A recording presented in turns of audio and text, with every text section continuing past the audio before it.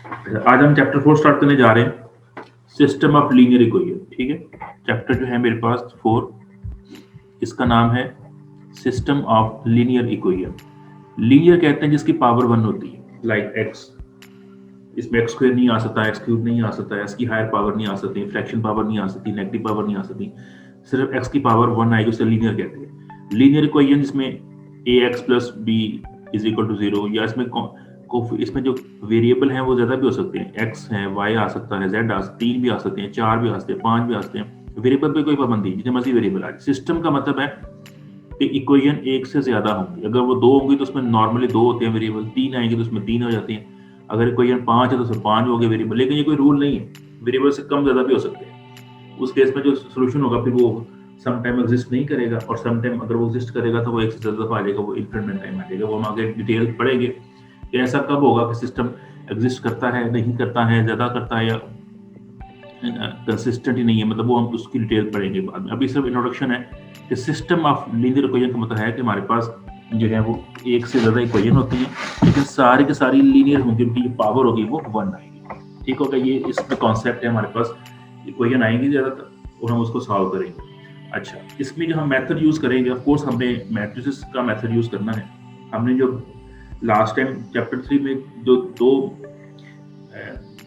Form पढ़ी हैं, जिसमें एक रिड्यूस एचलन एक फॉर्म है और एक एचलन फॉर्म है। ठीक है, जिसमें हम कन्वर्ट करते हैं, पहला रो का फर्स्ट एलिमेंट 1 बनाते हैं, उसके लिए 0 बनाते हैं, फिर सेकंड रो का फर्स्ट नॉन जीरो एलिमेंट को 1 बनाते हैं, फिर उसके लिए 0 बनाते हैं।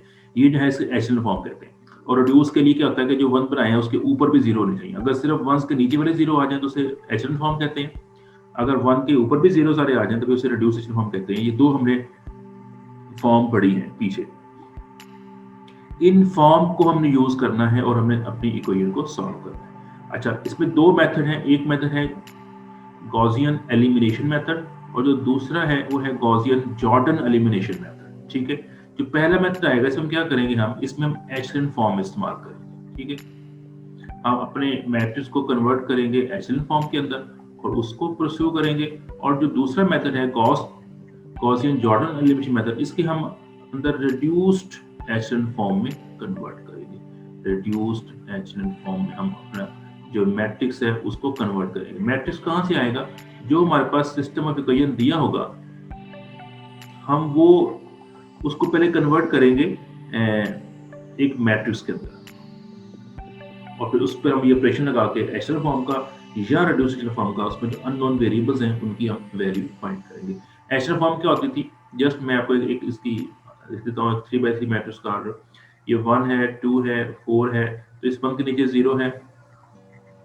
ये कह लें कि इसका फिर ये 1 आएगा, ये आप कह लें कि -2 हो गया, फिर 0, इसके नीचे फिर 0 आ गया, और देखें ये 1 आया। ये एचलन फॉर्म है कि जो उसके मेन डायगोनल के एलिमेंट हैं वो 1 होनी चाहिए। देखें, हर रो का जो फर्स्ट नॉन जीरो एलिमेंट है 1 होना चाहिए, और उस 1 के नीचे सारे 0 होने चाहिए। तो ये एचलन फॉर्म होती है। और रिड्यूस में क्या होता है, इसी को अगर मैं लिखूं मैट्रिक्स को, तो इसमें जो 1 बनाए हैं उनके ऊपर भी 0 होने चाहिए, ना सिर्फ उन 1 के नीचे 0 होने चाहिए, बल्कि उन 1 के ऊपर भी हमें 0 बनाने पड़ेंगे। तो वो ऑलमोस्ट देखें एक आइडेंटिटी मैट्रिक्स की फॉर्म जैसा बन सकता है। लेकिन आइडेंटिटी मैट्रिक्स में जो कि सारे के सारे नॉन जीरो होती हैं, लेकिन रिड्यूस एचलन फॉर्म में कोई एक 0 पूरी 0 भी हो सकती है। देखिए इसमें डिफरेंस आएगा। ये हमने पहले पढ़ चुके हैं, रो ऑपरेशन बताएगा कि हम ये फॉर्म कन्वर्ट करना सीख चुके हैं। हमने कल भी क्वेश्चन किया, उसमें भी हमने ये काम किया। हम अब क्या करना है, ये 2 मेथड इस्तेमाल करने हैं, और इन 2 मेथड के जरिए हमने अपना सिस्टम ऑफ लीनियर इक्वेशन को सॉल्व करना है। चलिए मैं डायरेक्ट जंप कर रहा हूँ एक्सरसाइज 4 के ऊपर, पेज 174 पे है, उसका पहला क्वेश्चन सॉल्व करता हूँ।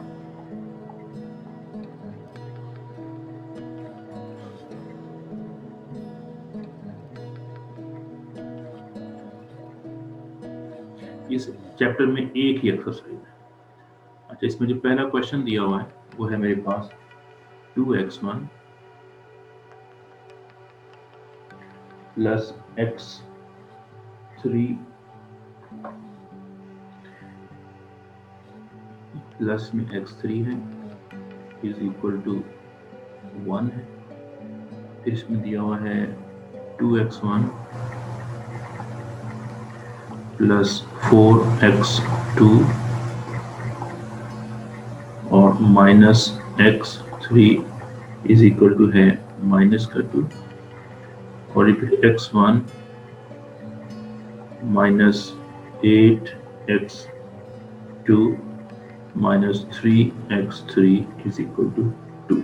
ठीक हो गया। जिनके पास बुक है वो कान लेते पास चेक कर लें, मैंने ठीक लिखी है वेरिएबल्स। लीजिए ये मेरे पास एक कोई सॉल्व है। इसमें देखिए इसके अंदर मेरे पास 1, 2 और 3 इक्वेशन है और जो वेरिएबल है वो भी 3 है, एक x1 है, एक x2 है और एक x3 है। तो 3 इक्वेशन है, 3 अननोन है। मेरा इसमें टास्क क्या है, इसको सॉल्व करना। सॉल्व का मतलब ये होता है कि उसके अंदर जो अननोन है उनकी वैल्यू फाइंड करना। ये मैंने x1 की वैल्यू फाइंड करनी है, x2 की फाइंड करनी है और x3 की फाइंड करनी है कि x1, x2, x3 की वो कौन कौन सी वैल्यू है जिनके लिए तमाम इक्वेशन सेटिस्फाई होती है। ठीक हो गया, ये मेरा टास्क हो गया। अब हम क्या करेंगे, इसके अंदर मैट्रिक्स ए लेंगे। मैट्रिक्स ए क्या होता है, इसे कहते हैं मैट्रिक्स ऑफ कोफिशिएंट्स। ठीक है, जिनके कोफिशिएंट्स आ रहे हैं वेरिएबल के तरतीब के साथ, उनको हम एक मैट्रिक्स की फॉर्म लिखेंगे, उसको मैट्रिक्स ए कहते हैं। तो देखिए पहले x1 है, तो फर्स्ट रो में x1 कोफिशिएंट वो 2 आ रहा है, सेकंड रो में b2 उसका कोफिशिएंट है और थर्ड रो में देखिए x1 लिखा हुआ, तो उसका मतलब हुआ कि वो 1 आएगा। ये x1 का कोफिशिएंट आ रहा है। ठीक है, उसके बाद मतलब आप यहाँ पे आप अपने याददाश्त कर लें कि मैंने x1 कर लिया। फिर आप x2 चूज करें। x2 में कोफिशिएंट्स क्या आ रहे हैं, देखिए फर्स्ट जो रो है उसके अंदर x2 है ही नहीं। ठीक हो गया, x1 के बाद डायरेक्ट x3 लिखा हुआ है, x2 मिसिंग है, तो मतलब उसका जो कोफिशिएंट है वो हमने यहाँ लाजमी लिखना है, हम उसको 0 कर देते हैं, बिकॉज 0 x2 को 0 रहेगा। सेकंड रो में देखिए जो x2 कोफिशिएंट है वो मेरे पास 4 है और थर्ड रो में ये -8 आएगा। इसी तरह मेरे पास जो x3 के कोफिशिएंट्स आएंगे वो क्या बनेंगे, आप पहले में देखिए x3 उसका 1 है, दूसरे में देखिए -1 है और तीसरे में देखिए -3 है। ये होता है मेरे पास A, मैट्रिक्स A होता है। उसके बाद मैट्रिक्स B होता है, हम उसको स्मॉल b कह देते हैं। ये होता है जो आपके पास राइट हैंड साइड में दिया होता है, राइट हैंड साइड में जो वैल्यू है उनका मैट्रिक्स होता है। देखिए राइट साइड में 1 दिया हुआ है, फिर इसके अंदर -2 दिया हुआ है और फिर इसके अंदर दोबारा से 2 दिया हुआ है। ये मैट्रिक्स B होता है। एक मैट्रिक्स X भी होता है जिसके अंदर हम वेरिएबल ले देते हैं, x1, x2, x3। ये B भी कॉलम मैट्रिक्स होता है और जो मैट्रिक्स X होगा जो वेरिएबल कंटेन करेगा वो भी कॉलम मैट्रिक्स होता है। तो उसका हम ये सिस्टम को in general AX is equal to B की फॉर्म में लिख सकते हैं। मैं यहाँ पे X भी लिख देता हूँ। X जो बनेगा यहाँ पे वो आएगा x1, x2, x3 और फिर हम इस सिस्टम को यूं लिखते हैं AX is equal to B। ये A है, मैट्रिक्स A है, ये X है। आप इस मैट्रिक्स A को और X को मल्टीप्लाई जब करेंगे ना, ये देखिए ये इसकी लेफ्ट हैंड साइड बनेगी। आप मल्टीप्लाई करके देख सकते हैं, इसकी फर्स्ट रो और एक ही इसका कॉलम है, ये 2x1 बनेगा प्लस 0x2 बनेगा प्लस x3 बनेगा। देखिए आपका ये लेफ्ट हैंड साइड बनेगी। और जब इक्वल करेंगे B के, उसका करेंगे फर्स्ट साइड में 1, तो आपका ये बनेगा। इट मीन सिस्टम दिया हुआ है ये इक्विवेलेंट है इस AX is equal to B की फॉर्म में, जहाँ पे A, X और जो B हैं ये सारे के सारे मैट्रिक्स हैं। आप इस B को कैपिटल B भी लिख सकते हैं, डजंट मैटर। नॉर्मली इसको जो है वो स्मॉल B से लिख सकते हैं। ठीक हो गया। तो हमारे पास जो है वो एक सिस्टम ऑफ इक्वेशन दिया हुआ है। तो पहला काम हम क्या करते हैं, उस सिस्टम ऑफ इक्वेशन को कन्वर्ट करते हैं मैट्रिक्स में। अब हमने क्या लेना है, हम मैट्रिक्स जो लेंगे इसमें ऑगमेंटेड मैट्रिक्स होता है।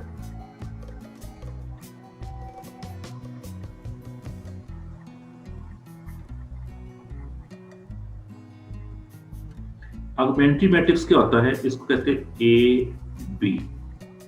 ये अपने A और B को ज्वाइन करके लिखना होता है, नॉट ये प्रोडक्ट की फॉर्म में नहीं है। ठीक है, ये A B को मल्टीप्लाई नहीं कर रहे, ये नोटेशन है। A B का मतलब है कि हमने मैट्रिक्स A और मैट्रिक्स B को इकट्ठा एक ही मैट्रिक्स की फॉर्म में लिखना है। तो पहले मैट्रिक्स A लिखिए, ये 2 2 1 आएगा,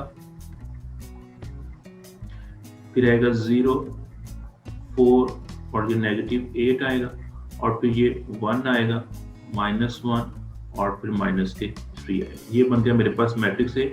और फिर आप साथ B लिख लीजिए। B क्या था, 1 -2 और 2। देखिए मैंने इकट्ठा लिखा है मैट्रिक्स। ये जो मैट्रिक्स बनता है इसमें मैट्रिक्स A और मैट्रिक्स जो B होता है उसको कंबाइन करके लिखा जाता है। कुछ अगर आप ऐसे डॉटेड लाइन लगा देते हैं, डजंट मैटर आप लगाए ना, काफी मजे की बात है। तो ये मैट्रिक्स जो बनता है ये मेरे पास ऑगमेंटेड मैट्रिक्स होता है। इसको A B से कहते हैं। याद रखें ये A और मैट्रिक्स और B मैट्रिक्स की प्रोडक्ट नहीं है, जस्ट उनकी एक नोटेशन के तौर पर लिखा जाता है। ये हमारा मैट्रिक्स बनेगा। ठीक है, हमें जो सिस्टम दिया जाएगा हम उसको लेकर अपना ये मैट्रिक्स कन्वर्ट करेंगे। जब मैट्रिक्स कन्वर्ट कर लेंगे उसके बाद हम क्या करेंगे, हमने इस मैट्रिक्स को कन्वर्ट करना है एचएल फॉर्म में या फिर रो एचएल रिड्यूस्ड एचएसएल फॉर्म, ठीक है। अगर हमें कहा जाएगा कि आप जो है वो गॉसियन एलिमिनेशन मेथड यूज करें तो हम इसको करेंगे एचएसएल फॉर्म में। अगर वो कहता है कि नहीं आपने गॉसियन जॉर्डन मेथड लगाना है तो फिर आपको रिड्यूस्ड एचएसएल में करना पड़ेगा, ठीक हो गया।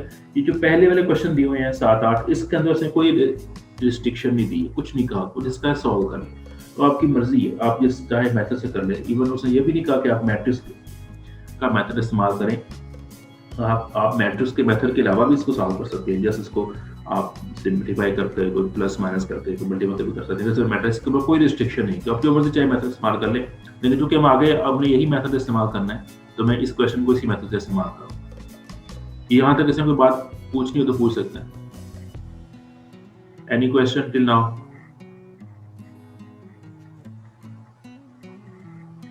नो सर, कोई क्वेश्चन नहीं।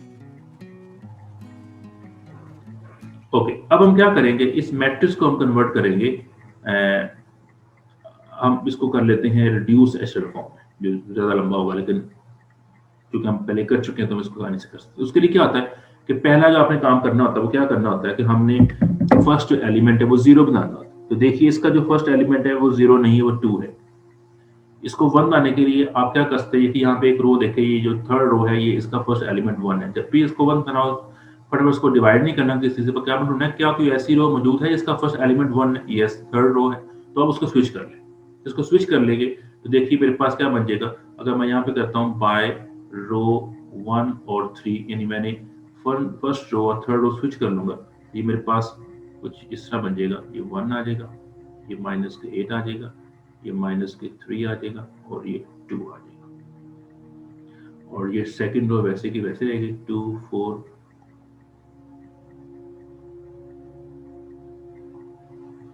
और ये -1 और ये -2। और जो थर्ड रो बनेगा फर्स्ट बन जाएगी 2 0 1 और 1। ठीक हो गया। मेरा जो पहला काम था कि मैंने फर्स्ट एलिमेंट को 0 बनाना है वो मुकम्मल हो गया है। अब मैं क्या करना होगा, इसके जो नीचे होते हैं वो 0 करने होते हैं, ठीक है। और 0 करने के लिए मैं क्या करूंगा, बाय, ये पहले भी कर चुके हैं, -2 से मल्टीप्लाई मैं करूंगा रो 1 को और जमा कर दूंगा रो 2 में, और इसी तरह -2 से मल्टीप्लाई करूंगा मैं रो 1 को और इसको अब जमा करूंगा मैं रो 3 में। अच्छा, तो ये फॉर्म क्या बनेगी मेरे पास, ये आ जाएगा, देखें ये बनेगा मेरे पास 1, ये आ गया मेरे पास -8, ये आ गया -3 और ये आ गया 2। अब इसको मल्टीप्लाई करें -2 से इसमें ऐड करेंगे तो 0 बन जाएगा। उसके बाद देखिए आप इसको मल्टीप्लाई करें -2 से, ये बनेगा 16, 4 में ऐड करेंगे तो ये 20 आ जाएगा। इसको करें मल्टीप्लाई -2 से, ये 6 बनेगा, इसमें ऐड करेंगे तो ये देखिए 5 आ जाएगा। इससे मल्टीप्लाई करें -2 से, -4 बनेगा, -2 में ऐड करेंगे तो ये -6 आ जाएगा। ठीक हो गया। ये साथ साथ चेक करते जाइएगा कोई मिस्टेक ना हो जाए। उसके बाद आप यही प्रोसेस आप रो 3 से करें, -2 से मल्टीप्लाई 2 में ऐड करेंगे तो ये 0 बन जाएगा। -2 से मल्टीप्लाई करेंगे तो देखिए ये 16 बनेगा और 0 में ऐड करेंगे तो 16 का 16 ही आ जाएगा। इसे करेंगे -6 आ जाएगा, 6 1 में ऐड करेंगे तो 7 आ जाएगा, और ये करेंगे -2 से -4 बनेगा, 1 में ऐड करेंगे तो -3 आ जाएगा। ठीक हो गया। अब हमने क्या करना था, नेक्स्ट रो के अंदर जो फर्स्ट एलिमेंट है इसको हमने 1 करना था। अब देखिए इसको 1 करने के लिए मेरे पास कोई और चारा नहीं है सिवाय इसके कि मैं इसको 20 पे डिवाइड करूं। वो देखिए ऐसी फॉर्म बन रही है, उसमें प्लस माइनस करने से वो 1 नहीं बनने वाला। तो अब इसको क्या करेंगे, जस्ट इसको 20 से डिवाइड कर लेंगे, तो बाय 1/20 टाइम रो 2 कर देते हैं। देखिए मेरे पास बनेगा, ये 1 आ गया, ये -8 आ गया, ये -3 आ गया, ये 2 आ गया। इसको डिवाइड करें 20 से, ये 0 आएगा, ये तो 1 बन जाएगा। जब इसे डिवाइड करेंगे 20 से तो 5/20 जो कि 1/4 होता है। ये -6/20 करेंगे तो -3/10 आ जाएगा। और थर्ड रो 0 16 7 और जो -3 है ये वैसे की वैसे आ जाएगी। अब हमने क्या करना है, इसको हमने 1 कर लिया है, अब हमने उसके जो नीचे है वो हमने उसको 0 करना है। उसके लिए क्या करेंगे, हम इसको हम मल्टीप्लाई करेंगे -16 से, इसको करेंगे मल्टीप्लाई रो 2 को करेंगे और जमा कर देंगे रो 3 में। देखिए आपके पूरे इस चैप्टर नंबर 3 में, चैप्टर नंबर ये जो 4 हमने स्टार्ट किया है इसमें ये रो ऑपरेशन बहुत दफ़ा इस्तेमाल हो रहे हैं, ऑलमोस्ट हर क्वेश्चन में इस्तेमाल हो रहे हैं, तो आपने इनकी अच्छी तरह प्रैक्टिस कर लेनी है। 1 -8 माइनस का 3 और ये 2, ये वैसे का वैसे आ गया, तो अगर सेकेंड रो भी वैसे आएगी, ये 0, ये 1, ये 1 ओवर में 4 और ये -3 ओवर में 10। अब इसे मल्टीप्लाई करें 16 से, फर्स्ट 0 0 रहेगा, इसे मल्टीप्लाई करें -16 से, ये देखिए 0 बन जाएगा, इसे करें मल्टीप्लाई -16 से, मैं यहाँ पे कर रहा हूँ 1 ओवर 4 को मल्टीप्लाई करें -16 से, ठीक है, मल्टीप्लाई किया और उसके बाद ऐड कहाँ करना है, 7 में ऐड करना है, तो यहाँ पर 7 में ऐड करना, ये कट जाएगा ऐसे, ये माइनस के 4 बनेगा और प्लस 7 बनेगा और देखिए ये इसका आंसर 3 आ जाएगा, तो ये मेरे पास 3 आ गया। उसके बाद देखिए आपने ये स्टेप इससे करना है, यानी आप क्या करेंगे, आपने -3 ओवर 10 को -16 से मल्टीप्लाई करना है और जमा करना है आपने इसको -3। देखिए माइनस माइनस प्लस हो गया, तो ये बनेगा हमारे पास 48 ओवर में 10 आ गया और ये माइनस के 3 आ गया। इसका लिए एलसीएम क्या आएगा, 48 माइनस के 30 ओवर में कितना आ जाएगा, 10 आ जाएगा। फिर देखिए कितना बनेगा, 40 में 30 सब्ट्रैक्ट करेंगे तो आपको 16 आ जाएगा, 16/10 बनेगा, और जो 16/10 होता है उसका आप फर्दर आप उसको लिख सकते हैं 8 ओवर में 5। तो देखिए आपका जो है ये फाइनल 8 ओवर 5 आएगा। ये चेक कर ले मैंने, ठीक है कि मैं मिस्टेक कर दी गई, मेरा ख्याल ये मिस्टेक हो गई, ये 18 आना था, ये 16 यहाँ था, ये 18 आना था, और इसका हाफ फिर 9 होगा। ये हल्की सी बस ये आप इसको एक दफ़ा चेक लिखने के बाद दोबारा ज़रूर चेक कर लिया करें कि आपने कोई मिस्टेक तो नहीं कर दी है।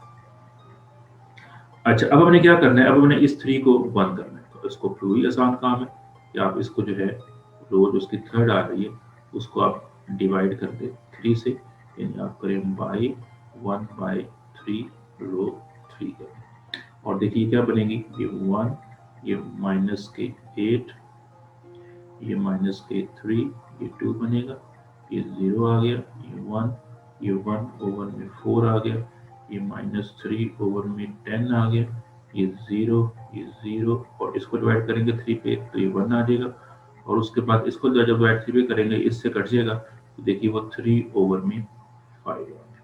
ठीक हो गया। अब हमने क्या करना है, अब देखिए ये एशेलन फॉर्म में हो चुकी है, ये एशेलन फॉर्म बन चुकी हुई है।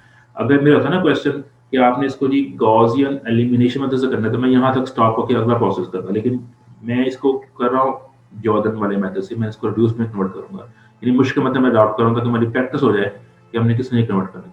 तो रिड्यूस के लिए क्या करते हैं कि जो 1 बनाए हैं इनके ऊपर भी 0 होने चाहिए, देखिए इनके ऊपर क्या क्या आ रहा है, ये -8 है, ये 3 है, ये 1/4 है, इनको भी हमने 0 करना है, तो ये रिड्यूस में कन्वर्ट हो जाएगा। तो देखिए क्या करेंगे, पहले आप इस 1 को लेकर आप ये 2 0 कर सकते हैं, तो आप इसको जो है अगर मैं -1/4 से मल्टीप्लाई कर दूं इस रो 3 को मल्टीप्लाई कर दूं -1/4 से और ऐड कर दूं इसके अंदर, इसमें रो 2 के अंदर, देखिए ये 0 बचता है, तो इसको आप लिख लेते हैं यहाँ पे।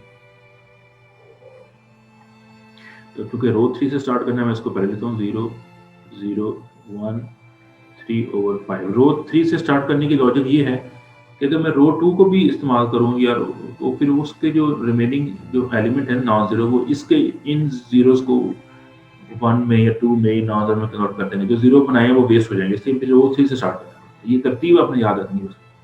अच्छा, अब देखिए आपने इसको मल्टीप्लाई करना नेगेटिव 1 में बहुत, ये तो 2 0 है तो ये 2 एलिमेंट वैसे के वैसे रहेंगे, ये 0 वैसे रहेगा, ये 1 वैसे रहेगा। अब देखिए ये नेगेटिव 4 1/4 से मल्टीप्लाई करेंगे तो 0 बन जाएगा। अब इसका चेक करना ये क्या बनेगा, इसको आपको सॉल्व करना पड़ेगा। आपने 3 ओवर 5 को मल्टीप्लाई करना है -1/4 से और ऐड करना है इस वाले में जो कि 3 ओवर 10 है। तो देखिए कितना बनेगा, ये मल्टीप्लाई करेंगे -3 ओवर में ये 20 आ जाएगा, ये -3 ओवर में 10 आ जाएगा, इसका लेंगे एलसीएम वो 20 आएगा, ये -3 और 2 से मल्टीप्लाई करने का तो ये -6 आ जाएगा। तो ये कितना बनेगा मेरे पास, -9 ओवर में 20, ये -9 ओवर में 20 आ जाएगा। ये मेरा हो गया प्रोसेस। इसके साथ ही आप क्या कीजिए, आप इसको भी 1 बना लें, सॉरी 0 बना लें। उसके लिए क्या करेंगे, आप 3 से मल्टीप्लाई करें रो 3 को और ऐड कर दें रो 1 के।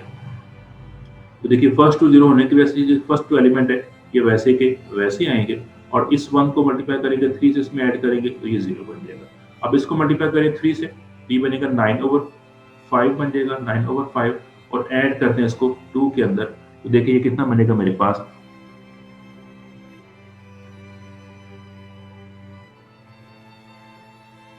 19/5। 19/5।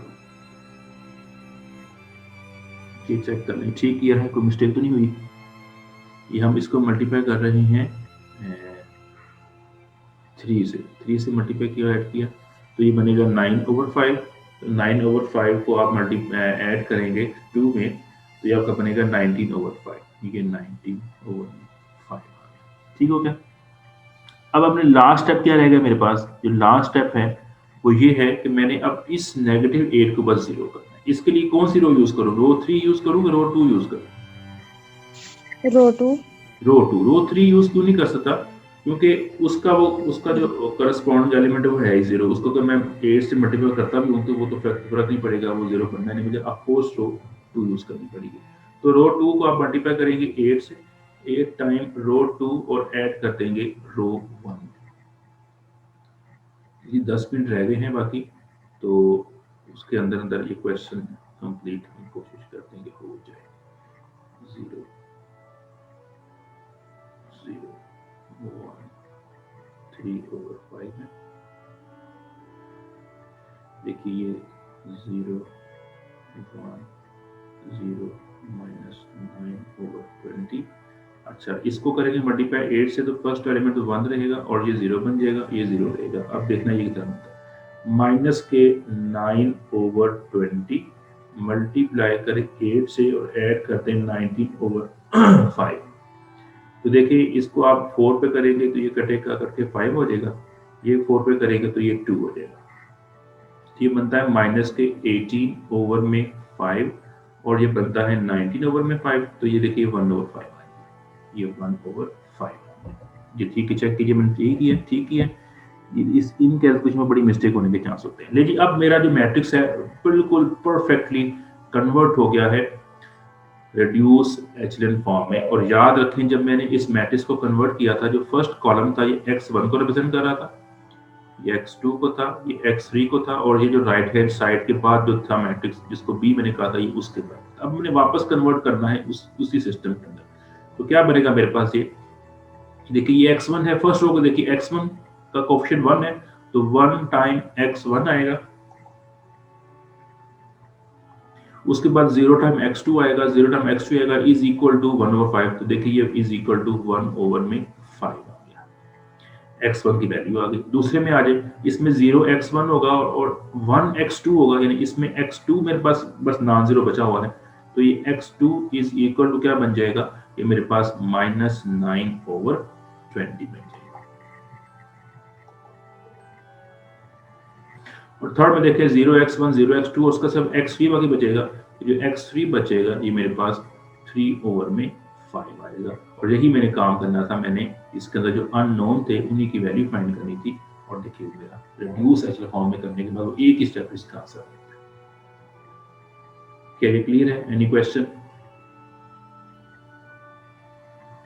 No sir. अच्छा, अब हम देखते हैं, अगर हम इसको, अगर हमारा क्वेश्चन ये होता कि आपने गॉस एलिमिनेशन से करना है और हम उसको अगर हमने उसकी सिर्फ एचेलन फॉर्म ही बनाई होती, तो फिर उस केस में हम क्या करते हैं? अच्छा जी, हम इसको ऐसा करते हैं कि हम इसकी देखते हैं हमारे पास कौन सी फॉर्म थी, फ्यूज सिंपल एचेलन फॉर्म थी। ये देखिए मेरे पास जो है, मेरे पास ये जो फॉर्म बनी थी यहाँ पे आके, ये वाली फॉर्म, ये जो फॉर्म बनी है ये थी मेरे पास, सॉरी ये नहीं, नेक्स्ट वाली, this one, but this one, ये थी मेरे पास एचेलन फॉर्म। देखिए सारे 1 बन गए और उसके भी 0 बन गए। अगर मेरा होता ना क्वेश्चन कि आपने इसको फाइंड करना है गॉसियन एलिमिनेशन से, तो मैं यहाँ तक करता, तो उसके बाद फिर मैं क्या करता, लीजिए मैं इसी को इसी से दोबारा स्टार्ट कर देता हूँ, और उस केस में मैं क्या करता, मैं वो जो नेक्स्ट प्रोसेस है वो मैं यहाँ पे आपको शो कर देता हूँ। Excuse me sir. हाँ जी सर ये देखें, यहाँ पे जब हमने 3 को 0 किया तो ये इससे जो लास्ट वाला जो -8 है इसको 3 के साथ वो जो, ठीक है सर। जब -3 को हमने 0 किया है तो उसके साथ क्या कह रही है? कुछ नहीं सर, समझ आ गई है। आगे, वेरी गुड। नहीं, हम आगे हम अपना जो है मैं उसको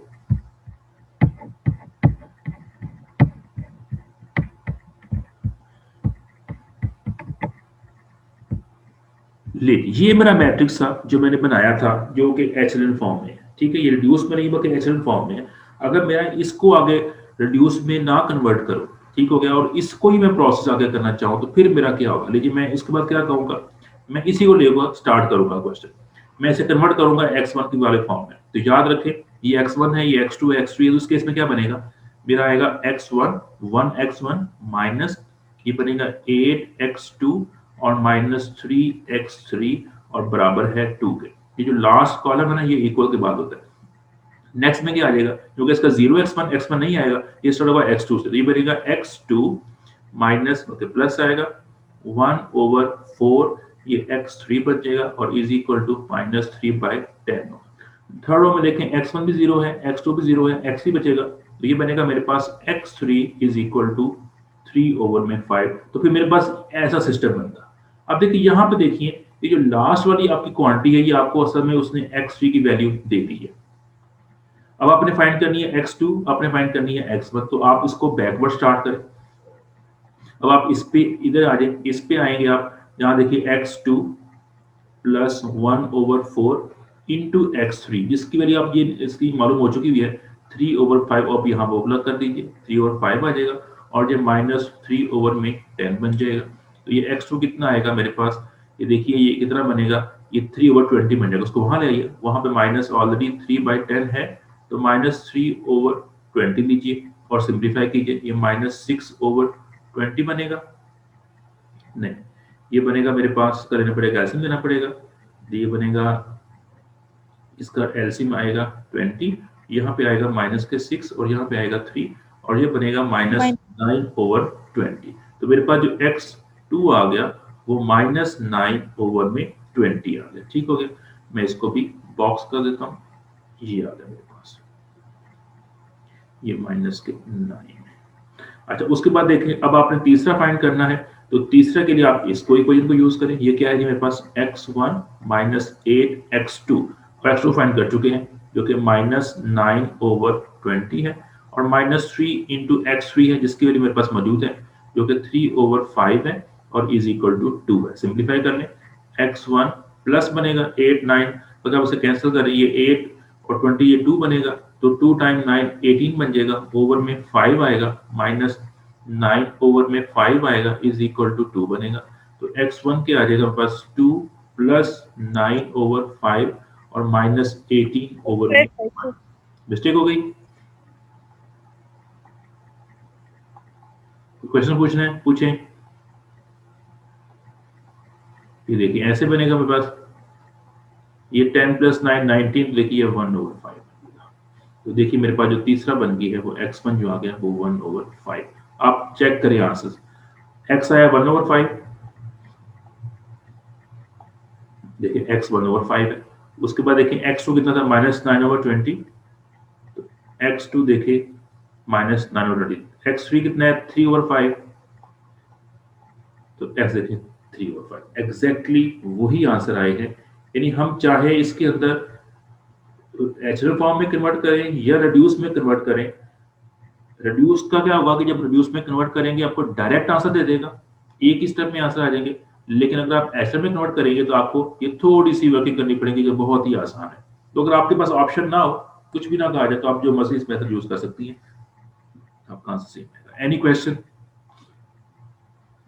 नो सर। ये खत्म होने में सिर्फ 1.5 मिनट रह गया है। ये मैंने एक क्वेश्चन सॉल्व किया है और 2 मेथड लगाए हैं। आपने एक ही मेथड अडॉप्ट करना है जो आपको आसान लगे। इसके जो पहले 7 क्वेश्चन है ये एग्जैक्टली इसी तरह के हैं। ये आपने 7 क्वेश्चन जो है वो कर लेने हैं। हम कल इसका जो है 8वें से स्टार्ट करेंगे। इसमें आप 7.5 कोशिश करें, 7.5 ही कर लें, लेकिन जो है अगर 7 ना कर पाए तो 3 4 तो कम कर लीजिएगा। सेकंड जरूर कीजिएगा उसमें उसने ए इन्वॉल्व किया हो।